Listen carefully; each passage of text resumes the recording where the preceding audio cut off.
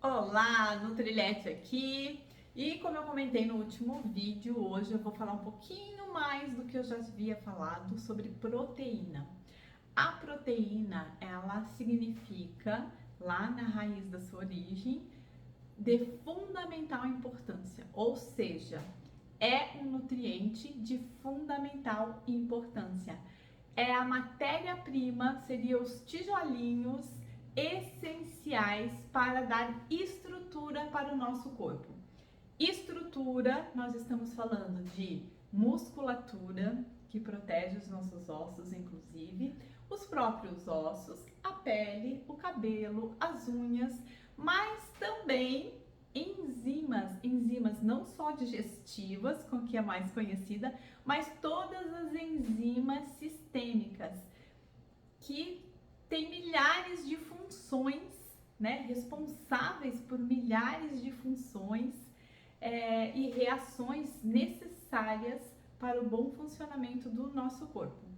As proteínas, elas também têm uma função protetora. Os anticorpos, por exemplo, que nos protegem de vírus e etc. E também o fibrinogênio, que evita a perda de sangue exagerada, né? Então é responsável pela coagulação do nosso sangue. Então tem uma função de defesa aí, mas também tem uma função condutora de gases, como o oxigênio, por exemplo, através da hemoglobina.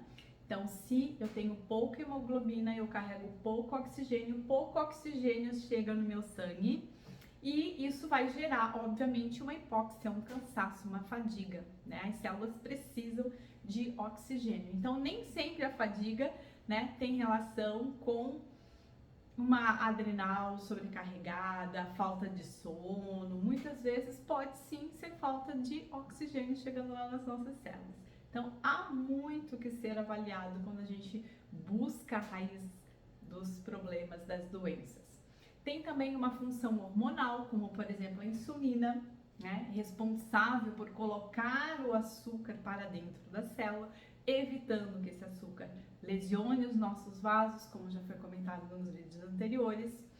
E também nós temos as opções de proteínas animais e proteínas vegetais. No vídeo passado eu falei um pouquinho também sobre isso, né, da importância da qualidade das proteínas animais, já que elas também vêm com gorduras e as toxinas se depositam no tecido adiposo, nas células de gordura, não só no nosso corpo, mas no corpo dos animais também.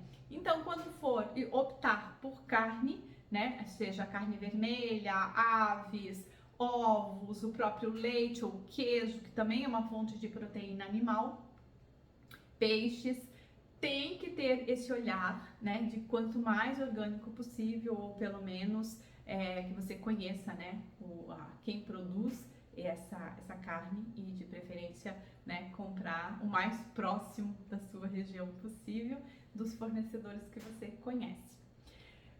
Existe também a questão do que vem junto com essa carne, né? Então, a proteína é importante sim, mas junto com essa proteína que você escolhe, junto com essa proteína animal, vai vir aí também o zinco, o ferro e zinco M e ferro M, ou seja, de fontes animais, tem uma absorção melhor no nosso corpo, então isso também é importante ressaltar.